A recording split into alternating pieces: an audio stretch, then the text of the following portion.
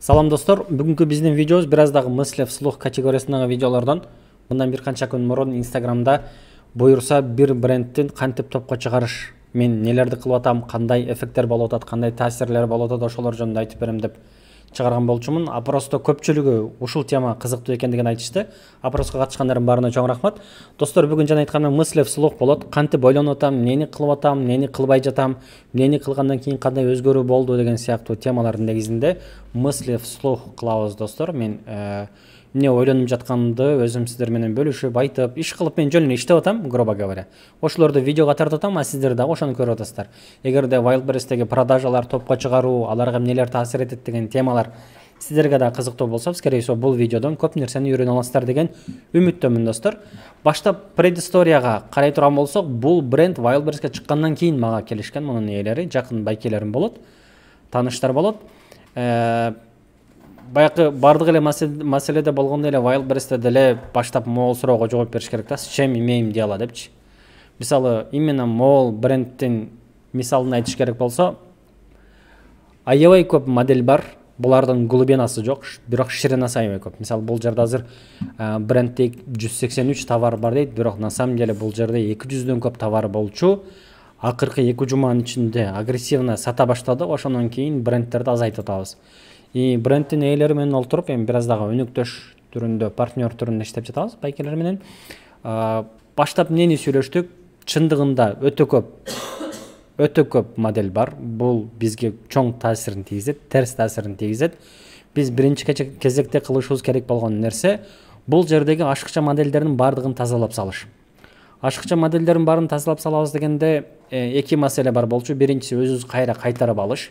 Эгерде Wildberries'теги товарларды кайра кайтарып алам десең, ар бир штугуна где-то бир 50-60 рубльдан төлөйсүң, ар бир штугун кайтарып берет, бирок ал модельдерди биз алып не кылабыз? Алып по сути эч нерсе деле кылбайбыз. Жөн эле биздин колубузда бир аз дагы неликвид, бир аз дагы остаток түрүндө калып кетет. Ошондуктан брендтин ээлери менен биринчи чечимибиз, бизге кереги жок. В дальнейшем биз иштешпей турган модельдердин баардыгын максимальный скидка менен сатып түгөтүү маселеси болду. Ошол акыркы 10-15 күндөн бери кылып атканыбыз дагы ушул. 200 канча модельден биз азыр 183 калды. Бирок биздин каалаганыбыз эмне?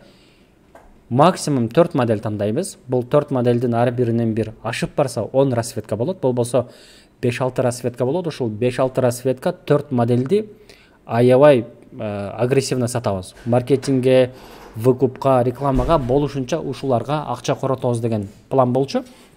Бул модельдерибиздин биринчиси мол шелк, экинчиси велвет. Итак эле шелктон 2 моделибиз бар, велветтен 2 моделибиз бар. Ушуларды гана сатабыз. Булардын баардыгын максимально жасатып атабыз. Инфографикасыны, видеосуну баардыгын жасатып, иш кылып даярдап атабыз. Калгандарын болсо в срочном порядке сатып түгөтүшүбүз керек болуп жатат. Бул биринчиси достор. Экинчиси аналитикага келе турган болсок, аналитикада биз прям скидка, максимальная скидка коюп сата баштаганыбызга бир 4 күн же 5 күн болду.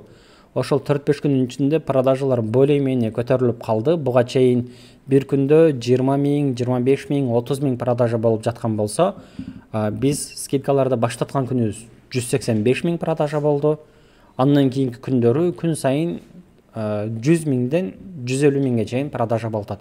Бирок бул продажа деген сөз достор, бул деген пайда деген сөз эмес. Бул просто оборот болуп жатат. Мунун бир бөлүгү кайра кайтып келет, бир бөлүгү возврат болот, даже кээ бир товарлардын ичинде брактар болот. Иш кылып достор, бул жерде күнүгө 100 000 таап атыпсыңар деген ой болбош керек.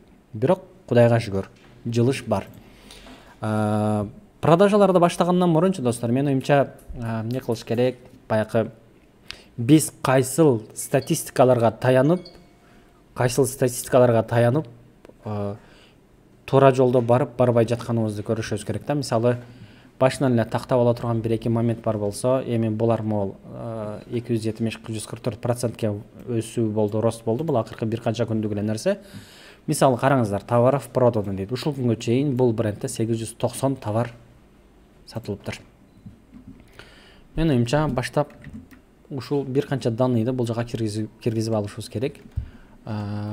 Общее количество продаж дейт. Общее количество продаж канча болуп атат? Бизде 890 штук экен. Буларды эмнеге кылып атам? Баягы узун бир сапарга чыккандан мурун биринчи биздин отправной точкабызда нелер болчу, ошолорду көрүп алыш үчүн. Товар с браком 3% болуп калыптыр. Кудайга шүгүр, анткени биз жаңы баштап жатканда, 2 жума мурун муну жаңы баштап жатканыбызда, бул жердеги показатель 5,4 беле же 6% беле иш кылып, аябай көп болчу. Товар с браком деген ошол общий сатылып жаткан товарлардын ичинен канча процент брак болуп атат, канча процент клиенттер көрүп бул жыртылып калган, ниткалары тарчат, дагы ызычу деп туруп, бизге возврат кылгандар болгондо дагы биздин магазинде ылдый тартып аткан показательдер. Бул жер канчалык низкий болсо, могу процент, ошончолук жакшы. Өзү в идеале бул жер 0,5, 0,3 болсо өтө сонун болот. 3% чындыгында жакшы көрсөткүч эмес. Муну минимум максимально ылдыйга тартышка аракет кылыш керек. Товары проданын максимально жогору туртушка аракет кылыш керек. Оценка товаров bizde мау рейтинг магазина 4,3% дейт. Булардын бардыгы тоғандар кааласак деле биздин продажаларга таасир этет. Мисалы, канча көп брак болуп атса, значит Wildberries эмне деп ойлойт? Сенин товарларыңа брак көп экен, клиенттерге көп жакпай жатат, мен сенин товарыңды топко чыгарбайм деген сөз да. Ал эми оценка товаров өзү максимальный рейтинг 5 боло турган болсо, бул жерде 4,3% дейт. Бул деле жакшы көрсөткүч эмес. Менин жеке пикиримде, азыр эми бир аз дагы текущий жагдайды тактап, анан кантип жогору карап түртөбүз, ошону ойлонуп атабыз да. Мисалы 4,3 болсо, биз муну хотя бы 4,5 кылып алсак, аябай жакшы болот. Бирок азырынча жазып кое берели. Эмне болуп атат? 4,3% биздин магазиндеги жагдайыбыз. Отзыв покупателей, жалпы бизде 223 отзыв бар экен. Отзыв. И так эле ушул отзывдардын дагы негизинде биздин магазиндин жалпы рейтинги 4,3 болуп жатат. Вопрос покупателя 104 дейт. Эми муну мен оюмча пока что жазбай койсок деле болот. Дагы бир маанилүү показатель тугандар, могул немени карап атканда, продажага баштап жатканда, аналитикада динамика оборачиваемости деген нерсе бар. Мен оюмча эң маанилүү показатель как раз могул динамика продаж. Оборачиваемость тагыраагы. Оборачиваемость деген сөз эмне? Мындай жөнөкөй бир тил менен айтканда, сенин магазиндеги азыркы товарлар канча күндүн ичинде Wildberries'те сатылып бүтөт деген сөз. Бул көпчүлүк учурда күн менен белгиленет. Мисалы биз муну жаңы баштап жатканда 2-3 жума мурун оборачиваемость 998 же 1002 күн болчу. Бул деген сөз магазиндеги бардык товарлар 998 күндө почти 3 жылдын ичинде сатылып бүтөт деген көрсөткүч бар болчу. Бул өтө ужасный показатель, өтө коркунучтуу показатель. Мындай немени Wildberries'теги товарларды топко чыгарыш деген маселени мындай жалпы картинаны түшүнүш керек да. Мисалы, Wildberries деген бир магазин да, бул бир компания да, бул деле өзү бир акча табайын деген максат менен ачылган компания да. Кайрымдуулук фонд эмес же башка эмес. Эмне кылат? Мисалы, биз продавец катары, партнер катары Wildberries'ке келебиз дагы. Менде бир товарым бар, бул товарымды сенин магазинде сатайын дедим эле дейт. Анан Wildberries эмне дейт? Хорошо, киргизип сата бер дейт. Биз, получается, Wildberries'тен бир магазин ээледик. Албетте, контейнер эмес, физически жер ээлебегени менен кааласак деле бул деген серверлерде бир месте ээлеп турат да. Анан эмне болот достор? Анан деген, өтөгөндөр бир аз акырын болуп турасыңар, а? Айжирек. Съемка болуп. Анан эмне болот? Мисалы, биз бир товар киргиздик да. Бул товар деген эгерде 3 айда сатылып турган болсо, получается биз деген Wildberries'ти 3 ай серверлерин ээлеп турабыз деген сөз. Эгерде 30 күн боло турган болсо, 30 күн. Ал эми 998 күн, 3 жыл десе, 3 жыл бою биз Wildberries'ин серверлеринин ордуну ээлеп турабыз деген сөз. Бул Wildberries'ке выгодно, вообще не выгодно. Ошондуктан достор, мындай бир сөз менен айтыш керек болсо, Wildberries'теги продажаларга түздөн-түз таасир эткен нерсе как раз могул аналитиканын ичинде динамика оборачиваемости деген нерсе. Ушул жерге караш керек. Мисалы, товарды киргиздиң Wildberries'ке, бир айдын ичинде сатылып кетти. Сен өзүңүн акчаңды таптың, Wildberries өзүнүн акчасын тапты. Кайра киргизиң, сатып кетип атасың. Ушул жакшы же бир товар киргизип койдуң, ал деген айлар бою, керек болсо жылдар бою Wildberries'те жатат. Бул керекпи Wildberries'ке? Албетте, биринчи вариант керек. Вот. Узун бир график. Бул графикте мындай достор, карагыла, могу 1200 күн деп турбайбы? 1200 күн, а бул деген 0 күн. Могул кызыл зона, бул деген красная зона атайтып тургандай. Кийин мындан бир аз немереги розовый бар, андан бир аз ылдыйы желтый бар, анан бир аз ылдыйы мына светло-зеленый, андан кийин зеленый бар. Могу зеленый энсиде эмне деп атат? Бир 70 күн, 60 күндүн тегереги. Получается бир 2 ай деген сөз. А биздин показательдер каякта жүрөт? Биздин показательдер мына красная зонада жүрөт да. Эң коркунучтуусу ушул. Красная зонага түштүң деген сөз, Wildberries'in черный списогуна түшүп барадасың деген сөз.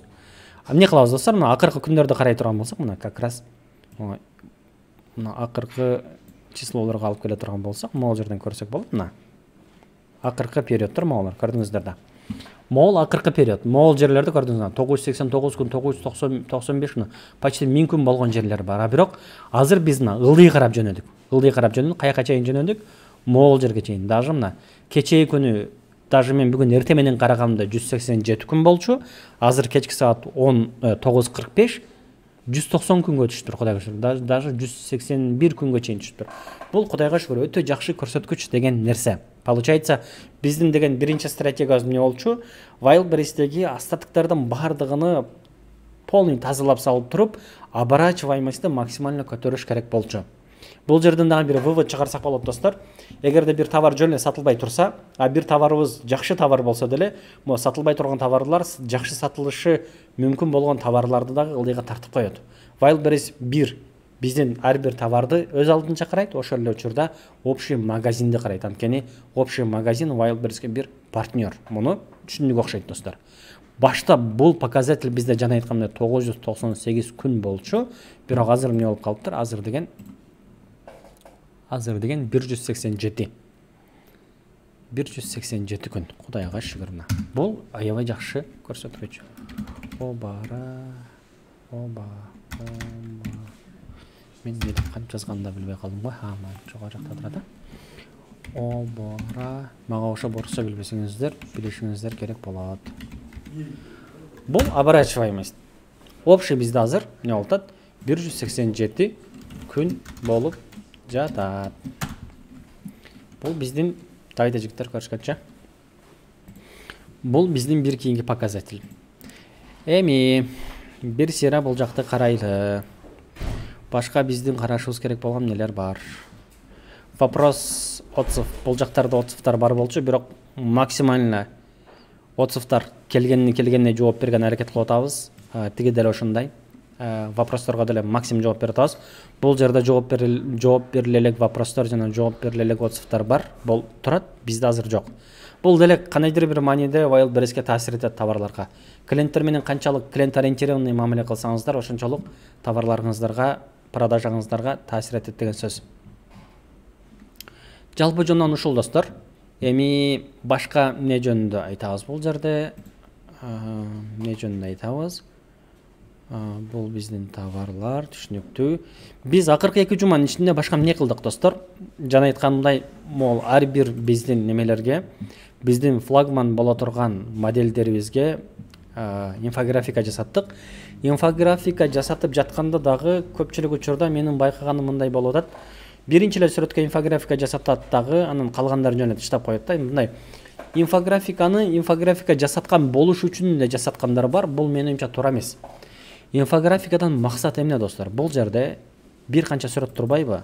Ушул сүрөттөрдүн биринчи сүрөттөн баштап потенциальный покупатель ылдый түшкөн сайын, мунун мындай өзгөчөлүгү бар турбайбы? Бул кийимдин, бул товардын мындай өзгөчөлүгү бар турбайбы деп кызыгып ылдыйга келип, анан эң аягына келгенде, даже моундай эң детальный технический данныйларды дагы алып, анан эң аягына келгенде бул товарды алам дедирте тургандай болуш керек да. Буквально 2 күн мурун видеосун да жүктөттүк. В принципе, бул биздин модель уже продажага даяр деген сөз. Бирок ошол эле учурда мисалы биз муну өзүбүздүн конкуренттерге жараша анализдеп, алар нелерди жазды, биз нелерди коюшубуз керек, ошого жараша инфографика жасаттык. Бул деген сөз 100% бул ийгиликтүү болуп кетет деген нерсе эмес. Муну дагы проба кылып көрүшүбүз керек. Балким эгерде бул инфографика жакшы эффект бербей жатса, анда деген башка инфографика жасатышыбыз керек, иш кылып, мунун үстүнөн дагы иштешибиз керек. Вот. бир кийинки жасаткан нерсе өзүнө достор. Продажада бизде мол флагманский 4 моделибиз бар болчу. Бул 4 моделдин дагы ичинен биз деген бирөөнү эле алып, ушул бирөөнү максимально продажа баягы топко чыгаралы деп пландаштырып атабыз. Анткени 4 модельди бир моментте топко чыгарган аракет кылсак, буга деген болуп көрбөгөндөй чоң ресурс керек. Бизде пока что анчалык ресурсубуз жок. Ошондуктан бир эле Mall Velvet'ти короткий модельди топко чыгаралы деп чечтик. Анан эмне кылдым достор, отуруп алып ар бир модельдин ссылкасын коюп, анан бул ссылканы эмне кылдым, кайсыл расцветка буга чейин канча штуктан сатылыптыр жана биздин складта ар биринен канча штуктан остаткта бар, буларды бир сыйра жазып чыктым Mall бөлүгү. Бул мындай вводный данныйлар деп койсо болот. Ушуларды эле эми мына ар бирине керек болсо ссылкасын кирсең, көрсөң болот кайсыл модель экенине. Личный кабинет менен иштеп атканда эң чоң проблемалардын бирөөсү личный кабинетте Excel'de деген толтура мына артиклдарды берип коет, ал артиклдарды башыңа айланып кетет, карап отуруп жана түшүнбөйсүң да кайсыл экениничи. Бул жерде расцветкасын көрдүң, резко бастың, өттүң, түшүндүң деген сөз. Анан булардын ичинен деле биз эмне кылып атабыз? Выкупка даярдап атабыз. Мол выкуп. Выкупка даярдап жатабыз. Биринчи кезекте бир жуманын ичинде 50 штук выкуп кылабыз, 49 штук выкуп кылабыз. Ар биринин баасы где-то 2016 рубль болуп атат. Биздин выкуп кыла тургандарыбыздын. Получается 49-50 штукту выкуп кылганга бизге бир 100 000 рубльдай кетет экен. Аны дагы эске алыңыздар. Булардын ичинен дагы мол голубой менен зеленыйды агрессивныйраак выкуп кылалы деп пландаштырып жатабыз. Бирөөсү мол расцветка, бирөөсү деген мол расцветка. Дагы бир баса маанилүү нерсе достор, менин жеке пикиримде бул маанилүү маалымат. Буларды деле биз азыр жөн эле мол 2 расцветканы эле тандап алып туруп бастырып выкуп кылып жөн эле акчаны корото бербей, как раз SEO оптимизация кылган бир компанияга мол модельди SEOго бердик, аналитикага. Алар 2-3 күндүн ичинде бизге деген данныйларды берет. Кайсы ключевой сөздөр менен канча штук выкуп кылганда бул товарлар биринчи бетке чыгат, биринчи 25ке чыгат, биринчи 10го чыгат, биринчи 3кө чыгат деп. Анан буга чейинки опыттан билем да, что кээ бирлер товарды чыгарды, анан 15 штук выкуп кылды, менин товарым топко чыкпай атат дейт да. Анткени стратегия жок, анан общий картинаны көрмөй жок болуп атат да. Жөн эле товарды чыгаргандан кийин эле 15-20 штук выкуп кыла койсом эле товарым өзүнөн өзү сатылып кетет деген ой бул туура эмес. Общий картинаны чыгарыш керек, общий стратегияны белгилеш керек дагы, ошого жараша кадам-кадам жылыш керек. Мисалы караңыздар, выкупту демейде Wildberries жактырбайт. Эмнеге? Анткени выкуп деген противозакон. Өзүңүздөр деле элестетип көрсөңүздөр, сиздердин конкурентиңиздер чыкты, ал деген выкупту бастырып туруп, анан сиздерден жогору чыгып кетти да. На самом деле анын товары, анын модели сиздердикине жакшы эмес. Өзүңүздөргө деле бул жакпаса керек. Ошон үчүн эле Wildberries выкупту жакшы көрбөйт. Бирок раз выкуп кылам десең, моюнга алыш керек, что Wildberries'те выкуп кылбастан топко чыгыш почти мүмкүн эмес. Выкуп кылганда дагы ошол Wildberries'тин роботтору түшүнбөй тургандай стратегия менен выкуп кылыш керек. Бул маанилүү. Анткени кээде болот, мисалы бир товарды чыгарып туруп, чыккан күнү эле 15 штук ала койсоң, болгону дагы бир точкага ала койсоң, аны по-любому Wildberries билет, сен выкуп кылып атасың деп. Так что муну деген максимально билиндирбей тургандай, кадимки адам бул товарды сатып алса кандай болмок дегенди элестетип туруп, ошого жараша кылыш керек. Дал ушул өңүттөн караганда достор, биз деген выкуп, кайсыл модельдер выкуп болот, аларды койдук бул жерге. Экинчиси деген выкуптун жанында обычный клиент башка эмне кылышы мүмкүн? Товарды картинага коюшу мүмкүн, товарды избранныйга кошушу мүмкүн, ошол эле учурда брендти дагы избранныйга кошушу мүмкүн. Тагыраак айтыш керек болсо, товарды картинага кошуу деген сөз мына, добавить в корзину деген сөз. Бирөөлөр кирет, бул товарды азыр албайт, бирок корзинасына кошот. А башка бирөөлөр деген ошону избранныйга кошот. Избранный деген могул жүрөк. Буга кошот. Кээ бирлер болсо бул брендтин бардык товарларын көрөт дагы, товардын өзүнү немеге кошот. Избранныйга кошот. Бул брендтин кийимдери мага жакты, кийинки жолкусунда бул кийимдерди мага көрсөтүп тур деп. Как раз эске келгенде буларды дагы жазып коелу. Мисалы, общая аналитикага киребиз дагы. Бренд в избранное деп жазып туруп, не кылабыз? 94. Биздин брендти 94 адам немеге кошуп тур. Избранныйга кошуп тур. Муну коелу. Экинчиси деген азыр биздин магазинде 182 товар бар экен. Аны жазалы. Общее количество товаров. Достор, жанакындай мен мысли вслух иретинде эле тартып кеттим, мындай кээ бир жерде темадан темага секирип деле кетишим мүмкүн. Просто эле мындай көрүп, пайдалуу жактарын алып, пайдасыз жактарını таштап коюп кете бересиздер. 182. План эмне достор? Муну көбөйтүш керек, муну түшүрүш керек, муну көбөйтүш керек, отзывдарды көбөйтүш керек, муну азайтыш керек, бренд в избранныйды максимально көбөйтүш керек, общее количество товаровду дагы түшүрүш керек. Эсинин барына могул жака деген биз датаны жазып коелу. Дата. Бүгүн бизде канчасы? Бүгүн бизде 25 октябрь 2022. Белгилүү периоддор менен айталы бир жумада бир же 5 күндө бир могул жактарды карап, кайра ушул эле данныйларды толтуруп, кандай өзгөрүүлөр болуп жатат, ошону карап турушубуз керек. Деги эле достор, менин жеке түшүнүгүм, бизнес деген чисто цифралар менен иштеш да. Мектепте математикада бул нерселерди мен каякта колдоном, картошка алып атканда колдоном, базарда алып атканда колдоном деп математика мугалимдин мээсин чагып жүргөн учурлар бар го. Чын-чынына карап көрсө, жашоодо математиканын орду аябай чоң экен да. Вот, могул жакта данныйларды ушул жактан иштейбиз. Биз эмне жөнүндө сөз кылып аттык эле достор? Могул жөнүндө сөз кылып аттык эле. Избранный ошол, бренд ошол. Буларды дагы мындай максимально могу карасаңыздар, корзинага кошкондордун дагы чачып, избранныйга кошкондорду дагы чачып, бул биздин бир жумалык пландарыбыз. Мен буларды даярдап туруп, бул файлды менеджериме доступ бердим. Менеджерим ошого жараша кылып атат. Мисалы, менеджериме биринчи жумада жалпы эсеби биздин брендти 27 эле адам избранныйга кошсун дедим. Менеджерим уже 5 штукту кошуптур. 24 октябрда 110 рубль коротуптур. Иш кылып бул жакта бир эле документтин үстүнөн иштей беребиз. Муну уже бүтүптүр, мисалы. Кызылга кошуптур. Пока калган биздин немелерибиз, биздин калган нелерибиз деп коет эле. Биздин могул 3 флагманский модельдерибиз күтө турат. Жана айткандай буга аябай көп акча кетет экен. Азыр бул жерден элестетсеңиздер, биз деген почти 50 штукту выкуп кылганда эле 100 миңдей, 100 миң рубльдай акча кетип атат да. Бул уже почти 1700 доллардай акча. Биринчи муну көтөрүп алсак, биздин биринчи план эмне? Даже могул жака дагы бир кошула турган нерсе бар экен. Оборот. Же болбосо общий оборот. Мышык келдиби? Общий обороттук жазалы. Общий оборотту каяктан карайбыз? Тиги аналитикага кирип отура бербей эле. Бул жактан карайлы. Мына 746 рубль бизде азыркы учурда оборот болуп атыптыр. 746 рубль оборот болуп жатыптыр, достор. Рубль оборот болуп жатыптыр. Кичинекей максаттарды кое турган болсок, менин азыркы планым могул жерде айлык хотя бы 1,5 миллион оборотко чыгарыш керек. Бул уже 2 эсе өсүш керек. Количество товаровду максимально түшүрүш керек. Мону даже мини цели деп жаза турган болсак. Общее количество продаж.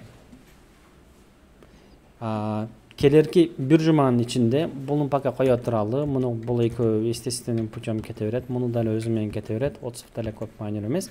Точнее, маанилүү, бирок пока что тура турсун. Оборачиваемость.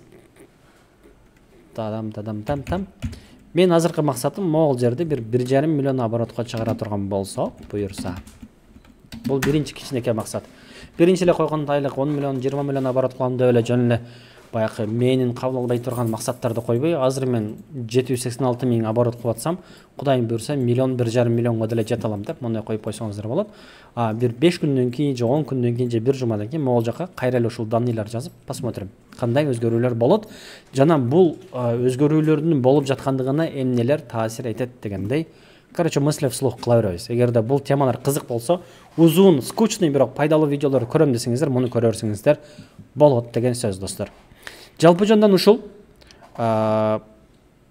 Биз могул 2 модельге фокус жасайбыз. Анан кудум эле жөнөкөй адамдар кирип аткандай кылып бул жакта кылабыз. Всё, в принципе. Биз буларды пока мындай кылып выкуп кыла баштаганда үмүт кылам, что бул товарлар өзүнөн өзү дагы сатыла баштайт. Кстати, бул жерде общая продажа бар. Ар бир расцветкадан канча штуктан сатылганын, 5 штук, 5 штук, 0, 5, 0, 0, 0, 0, 0. Бул жерде Кудайым буйрса ар бирини хотя бы купили более 100 раз дей турганга жеткирсек, ошондо бул бренд уже более-менее чыга тургандай болуп калат. Более-менее продажа боло тургандай болуп калат. Дагы бир маанилүү маселе достор. Бул товарды ушинтип стратегиясын чыгарып жатканда мен брендтин ээлеринен эмнени сурадым? 500 штук товарды канча убакыттын ичинде чыгарып бере аласыңар деп сурадым. Көрүшкөн чакпайыл. 500 штук товарды канча күндө чыгарып бере аласыңар деп сурасам, алар где-то бир жумада деп атат. Получается, бул товар бир жумада 500 штук чыгарып турган болсо, 500 штук товар бир жумада булар чыгарып бере турган болсо, где-то бир 10 күндүн ичинде Россияга жете турган болсо, Москвага, бир 2-3 күн запасы менен складка кире турган болсо, где-то 20 күн. Получается, эмне? Биз деген могул жерде количествону дайыма карап турушубуз керек. Болгондо да 20 күн алдынан, анткени бул жерде ушунча акчаны куюп, товарды топко чыгарганда, товар деген в наличии калбай кала турган болсо, анда бул уже проблема деген сөз. Бул ушунча короткон акчаң бес толк деген сөз. Получается, муну дайыма мониторинг кылып туруш керек.